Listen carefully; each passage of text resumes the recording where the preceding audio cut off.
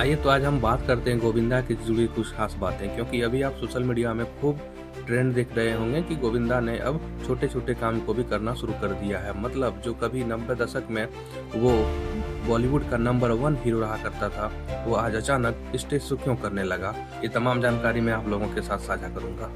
अगर आप भी मानते हैं कि गोविंदा का आर्थिक स्थिति बहुत ही खराब हो चुका है, इसीलिए वो अब स्टेज शो भी करने लगे हैं, तो आप गलत हैं। क्योंकि गोविंदा के पास आज भी 170 करोड़ से ज्यादा की संपत्ति है, जिसे कमाना आज भी लोगों के लिए सपना ही है। और इसके साथ एनडीटीवी का एक रिपोर्ट भी है हमारे साथ, आप गूगल करके भी पढ़ सकते हैं कि गोविंदा की कुल कितनी संपत्ति है। तो ये रिपोर्ट के अनुसार आप देखिए कि गोविंदा की 170 करोड़ संपत्ति है एनडीटीवी की रिपोर्ट के अनुसार। और इनके पास बहुत सारा बंगला भी है और बहुत सारे महंगी महंगी गाड़ियां भी है। तो क्या वजह है कि गोविंदा अचानक स्टेज शो करने लगे? क्योंकि एक समय गोविंदा 90 दशक का नंबर 1 हीरो था, लेकिन अभी वो उनका कुछ काम जो है वो घट चुका है, क्योंकि बॉलीवुड में उनसे काम मिलना थोड़ा कम हो गया। बीच में गोविंदा राजनीति से भी जुड़े थे, फिर राजनीति से छोड़ने के बाद क्या हुआ ना कि काम मिलना अचानक बंद हो गया। फिर उन्होंने कुछ मूवी भी किया बॉलीवुड से, लेकिन वो उन्हें उस तरह का फायदा नहीं हुआ, क्योंकि जो मेन रोल में जो मेन हीरो का काम करता था उसे अचानक साइड हीरो के रूप में काम करवाने लगा, तो भला उसे कोई भी कैसे संतुष्ट हो सकता है। तो इसीलिए बीच में गोविंदा का करियर थोड़ा डाउन हुआ और बहुत डाउनफॉल हुआ। बीच में फैमिली इशू भी हुआ और उनकी जो पत्नी जो है सुनीता जी, उन पे किसी तरह बहुत तरह के विवादित बयान भी दिए हैं मीडिया में, तो आप लोग भी सुने ही होंगे।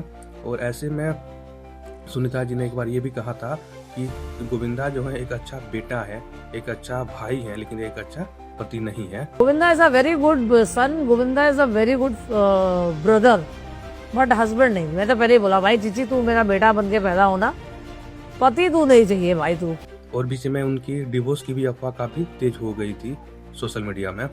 इन सभी तमाम प्रॉब्लम के साथ भी गोविंदा ने आज फिर से नई शुरुआत के लिए कि गोविंदा को लगा कि कुछ करने के लिए सोचना चाहिए। बीच में क्या हुआ था कि गोविंदा का पेट भी बड़ा हो गया था, लेकिन अब गोविंदा फिटनेस पे भी ध्यान देने लगे हैं और वो चाहते हैं कि फिर से वही कमबैक करें, क्योंकि लाइफ में अगर आप मेहनत करते हैं तो जरूर आप कमबैक भी कर लेते हैं। तो ऐसे में गोविंदा ने छोटे छोटे काम को भी करना शुरू किया है। कोई आदमी जो होता है, अगर वो जिसका रुचि जिस क्षेत्र में है, क्योंकि ऐसा नहीं कि गोविंदा आज स्टेज शो करने लगा तो उसकी आर्थिक स्थिति बहुत खराब हो गई, ऐसा कभी नहीं हो सकता है, क्योंकि उनका साइड बिजनेस भी कुछ ना कुछ होगा जिससे वो बहुत अच्छी तरह से जीवन अपना जी सकते हैं। लेकिन बात क्या होता है ना कि रुचि मायने रखता है। अगर आपको किसी काम करने का रुचि है और काफी लंबा एक्सपीरियंस है तो आप वही करना चाहोगे।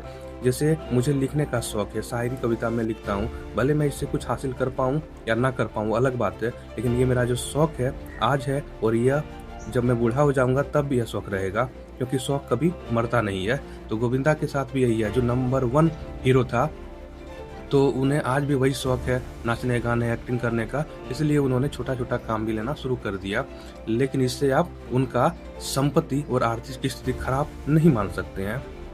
और वैसे भी एक सफल कलाकार वही होता है जो किसी भी काम को छोटा नहीं मानता है, चाहे वो स्टेज शो हो या बड़े पर्दे पे काम या टीवी पे काम या फिर किसी एक छोटे मंच पे काम, क्योंकि मंच आप छोटा जिसे मानते हैं वही किसी के लिए बड़ा भी है। कुछ लोग वही मंच पे कार्यक्रम करने के लिए तरसते भी हैं।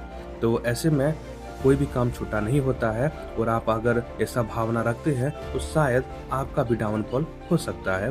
तो कभी भी ये मत सोचिए कि आप जो कर रहे हैं वो छोटा है, क्योंकि अगर उससे आपकी जीवन यापन होता है, उसमें अगर आपकी शौक है, रुचि है, तो आप बेशक कीजिए। मान लीजिए मेरा अभी रुचि है वीडियो बनाने का, लेकिन मेरे पास वेल बैकग्राउंड नहीं है, तो देखिए पीछे जो आप देख रहे होंगे ईंटा का दीवार दिख रहा होगा, तो ऐसा बिल्कुल नहीं है, क्योंकि ये मेरा नया घर है और मैं इसमें प्राउड फील करता हूँ कि मेरा नया घर है तो है। अब पुराना घर में बनाऊंगा वीडियो तो तब जाकर दीवार अच्छा बैकग्राउंड आएगा। तो ऐसा सोच कभी नहीं रखिए, और कोई भी काम करने का परफेक्ट टाइम नहीं होता है। अब मैं सोचता कि इसको पहले प्लास्टर करूंगा, वेल पुट्टी करवाऊंगा, उसके बाद में वीडियो बनाऊंगा, तो काफी लंबे समय तक का मुझे इंतजार करना पड़ता, लेकिन ऐसा कभी नहीं, क्योंकि कोई भी काम शुरू करने के लिए परफेक्ट टाइम कुछ भी नहीं होता है। आप आज से ही शुरू करें, अभी से ही शुरू करें। गोविंदा का एक बयान ये भी सुनिए। 14-15 साल जिस वक्त मैं टॉप पे रहा, हाँ, और जितने टाइम मेरा टाइम अच्छा रहा, हाँ, कभी टाइम डिस्कस नहीं हुआ। गोविंदा से पूछा गया कि कहा जाता है कि आप समय के पक्के नहीं हैं, तो गोविंदा ने बड़े मतलब बहुत ही अच्छा जवाब दिया और ये जवाब हर किसी को सुनना चाहिए। गोविंदा ने कहा, जब 90 दशक में मेरी सारी फिल्में हिट होती थी तो किसी ने भी मुझे ये नहीं कहा कि आप समय पर नहीं आते हैं। आज मेरा दौर खराब है, आज मेरा समय खराब है, तो सब कोई कहता है कि गोविंदा समय के अनुसार नहीं चला। तो भाई अगर तो बात बहुत ही ये सच है, अगर आपका समय अच्छा है तो आपका गाली भी ताली लगेगा। अगर आप कुछ भी बोलोगे तो लोग ध्यान से सुनेगा, अरे वाह ये कितना अच्छा बोलता है। लेकिन अगर आपका समय खराब है तो आप अच्छी बातें भी आपके लिए, आपके द्वारा की गई अच्छी बातें भी लोगों को बुरा लगेगा। वो बोलेगा कि ये बड़ा ज्ञानचंद बनता है, पहले खुद तो करे, अपने ही क्या हासिल किया, तो ऐसे ताने मिलेंगे। तो गोविंदा की ये बातें हर किसी के लिए प्रेरणा है, क्योंकि आज गोविंदा का समय खराब है तो लोग उनको समय को लेकर के उनको भले ही ताने देते होंगे, लेकिन ये बात भी सच है कि 90 दशक में गोविंदा बहुत बड़े ही कलाकार और बहुत बड़े सेलिब्रिटी जाने जाते थे। उनकी फैन की दीवानगी किसी से छिपा नहीं है। इसीलिए हमेशा समय को प्राथमिकता दें, क्योंकि लोगों से संबंध बिगड़ेंगे, सुधरेंगे, लेकिन वक्त जब बिगड़ेंगे तब कोई भी आपका साथ नहीं देगा। इसलिए कोशिश कीजिए कि हमेशा वक्त सही रहे, क्योंकि रिश्ते आज बिगड़ेंगे तो कल बन जाएंगे, लेकिन वक्त बिगड़ेंगे तो बड़ी मुश्किल से बनेंगे। इसलिए हमेशा वक्त की प्राथमिकता दें।